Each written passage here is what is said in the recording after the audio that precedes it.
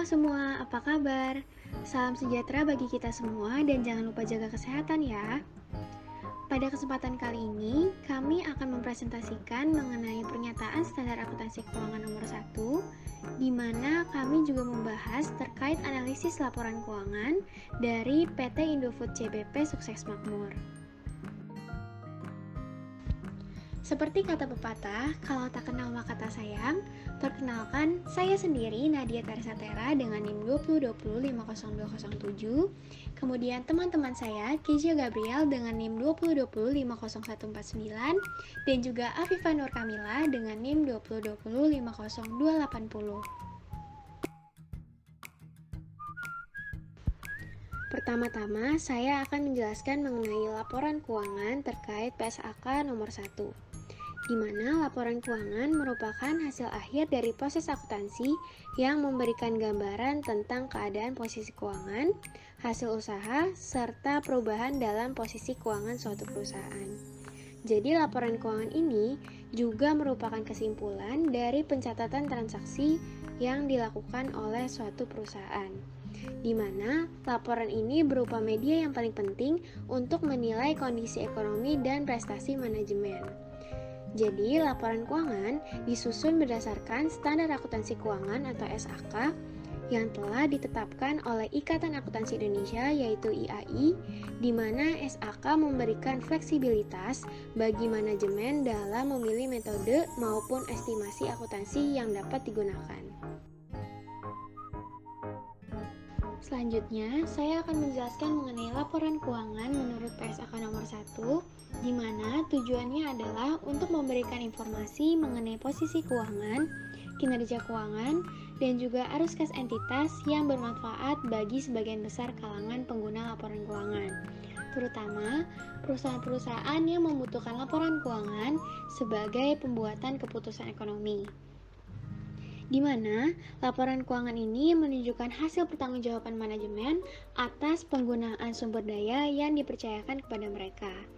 Jadi, dalam rangka mencapai tujuan laporan keuangan tersebut, laporan keuangan menyajikan informasi mengenai entitas yang meliputi aset, liabilitas, ekuitas, pendapatan, dan beban, termasuk keuntungan dan juga kerugian, kontribusi, serta distribusi kepada pemilik dalam kapasitasnya sebagai pemilik dan juga arus kas.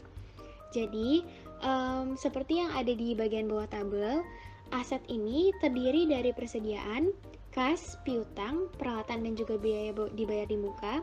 Kemudian liabilitas yang terdiri dari kewajiban perusahaan, wesel bayar, serta pendapatan yang ditangguhkan, serta ekuitas yang juga terdiri dari kontribusi pemilik, pendapatan, pengeluaran, dan penjelasan rincinya yang seperti ada di slide berikut ini.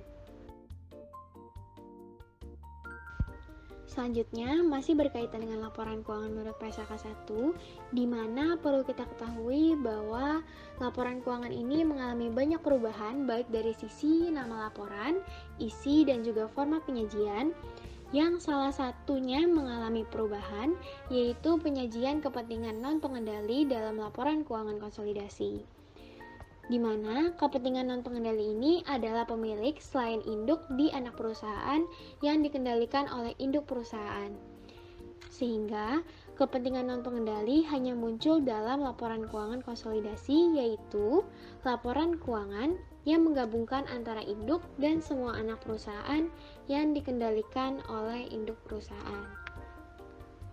Jadi, selama kepentingan minoritas di neraca disajikan di bawah utang jangka panjang dan di atas ekuitas, maka dalam laporan laba rugi, laba untuk kepentingan minoritas dikurangkan dari total laba untuk mendapatkan laba konsolidasi. Jadi konsekuensi dari penyajian tersebut adalah dalam perhitungan return of equity yang hanya memperhatikan kepentingan pemegang saham induk, di mana minimum offline item dalam penyajian neraca yaitu properti investasi, provisi, investasi dalam menggunakan metode likuiditas, dan juga aset yang dimiliki untuk dijual dan lainnya. Terima kasih. Selanjutnya penjelasan materi akan dilanjutkan oleh teman saya Kezia. Oke, terima kasih Natia. Selanjutnya saya akan menjelaskan laporan posisi keuangan. Di slide ini terdapat dua tabel, yaitu tabel PSAK 1 dan IHS 1. Berdasarkan PSAK 1 dan IHS 1 memiliki perbedaan tersebut terletak pada urutan pertama penyajian laporan. Pada PSAK 1 yaitu aset lancar, sedangkan pada IHS 1 aset tidak lancar. Penyajian aset lancar dan tidak lancar dan liabilitas jangka pendek dan jangka panjang diklasifikasikan secara terpisah. Namun apabila ada pajak tangguhan tidak boleh diklasifikasikan sebagai jangka pendek. Baik, selanjutnya saya akan menjelaskan laporan laba rugi komprehensif. Itu penyajiannya dengan memasukkan unsur laba komprehensif. Entitas menyajikan seluruh pos penghasilan dan beban yang diakui dalam satu periode dalam bentuk satu laporan laba rugi komprehensif atau dalam bentuk dua laporan. Yang pertama, laporan yang menunjukkan komponen laba rugi, dan yang kedua, laporan yang dimulai dengan laba rugi dan menunjukkan komponen pendapatan komprehensif lain. Laba komprehensif itu sendiri adalah perubahan aset atau liabilitas yang tidak mempengaruhi laba pada periode perjalanan. Contohnya itu ada selisih revaluasi aset tetap, perubahan nilai investasi available for sales, dan dampak translasi laporan keuangan. Selanjutnya, laporan perubahan ekuitas. Ini bertujuan agar perusahaan dapat menggambarkan peningkatan maupun penurunan dari aktiva secara bersih dalam periode tertentu dengan prinsip pengukuran tertentu. Entitas menyajikan laporan perubahan ekuitas yang menunjukkan total laba rugi komprehensif selama satu periode, yang menunjukkan secara terpisah total jumlah yang dapat diatribusikan kepada pemilik entitas, induk, dan kepada kepentingan non-pengendali. Jumlah dividen yang diatribusikan kepada pemilik dan nilai dividen per saham diungkapkan dalam catatan atas laporan keuangan. Selanjutnya akan dijelaskan oleh teman saya, Afifah. Terima kasih. Baik, terima kasih Kezia. Jadi sebelumnya sudah dibahas ya mengenai PSAK 1 yaitu tentang laporan keuangan, dan di sini kami mengambil contoh laporan keuangan dari PT Indofood CBP yang mana kami hanya membahas beberapa komponennya saja untuk laporan keuangan. Yang pertama di sini ada laporan posisi keuangan dari PT Indofood CBP yang mana terdiri dari total aset. Jadi total aset PT Indofood CBP ini pada tahun 2020 naik sebesar 167,6% dari tahun 2019. Nah, total aset lancar meningkat terutama disebabkan oleh naiknya piutang, kas, dan setara kas serta persediaan. Total aset tidak lancar naik terutama karena kenaikan goodwill dan investasi jangka panjang. Selanjutnya adalah total liabilitas. Jadi pada tahun 2020 ICBP membukukan total liabilitas naik sebesar 342,5% dari 2019. Nah, naiknya total liabilitas jangka pendek dikontribusikan oleh kenaikan utang pajak dan hutang. Sedangkan total liabilitas jangka panjang meningkat terutama karena kenaikan utang jangka panjang. Kemudian yang selanjutnya total ekuitas. Pada 2020 total ekuitas mencapai 50,32 triliun rupiah dibandingkan dengan 26,67 triliun rupiah pada 2019. Kenaikan ini terutama karena kenaikan kepentingan non-pengendali dan laba yang dihasilkan di sepanjang tahun 2020 dikurangi dengan pembayaran dividen. Komponen selanjutnya adalah penghasilan komprehensif lain dan total laba komprehensif tahun berjalan. Jadi perseroan membukukan penghasilan komprehensif lain sebesar 3,1 miliar rupiah di tahun 2020 dibandingkan dengan 376,5 miliar rupiah di tahun 2019. Penghasilan komprehensif lain terdiri dari laba yang belum terrealisasi dari aset keuangan dan selisih kurs atas penjabaran laporan keuangan.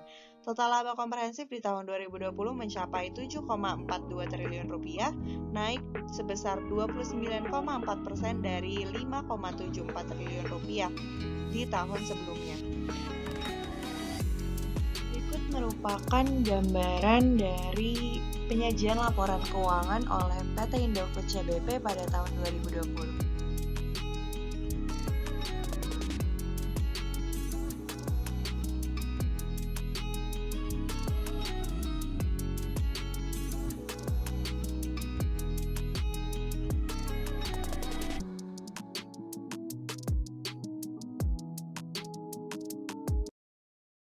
Selanjutnya adalah analisis kami mengenai laporan keuangan dari PT Indofood CBP Sukses Makmur TBK ini.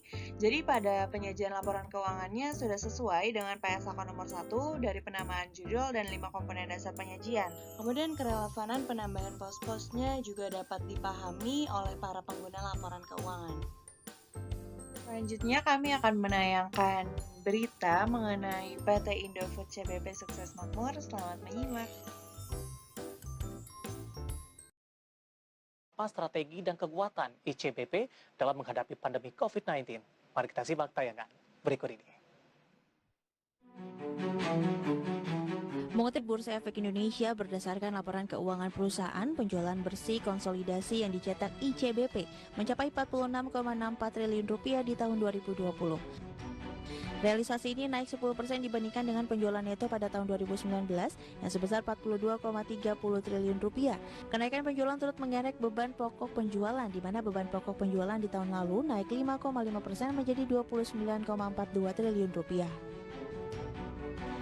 Kenaikan penjualan yang lebih tinggi dari beban berhasil menggerek laba usaha ICBP hingga 24% menjadi 9,20 triliun rupiah dari 7,40 triliun rupiah, dan margin laba usaha naik menjadi 19,7% dari 17,5%.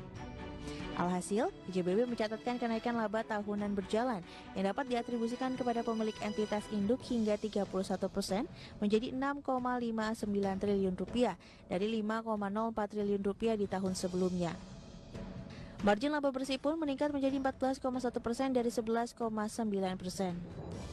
Direktur Utama dan Chief Executive Officer atau CEO PT Indofood CBP Sukses Makmur TBK atau ICBP, Antoni Salim menuturkan, didukung oleh kekuatan merek-merek produk, model bisnis terintegrasi yang tangguh, serta jaringan distribusi yang luas. Meski di tengah-tengah kondisi pandemi COVID-19, ICBP dapat kembali mencatatkan kinerja yang baik dengan terus beradaptasi secara dinamis terhadap perubahan tren dan perilaku konsumen yang terjadi secara cepat. Berbagai sumber, Aidek Channel. Baik, mungkin sekian yang dapat kami sampaikan mengenai PSAK nomor 1. Lebih kurangnya mohon maaf, terima kasih dan sampai jumpa.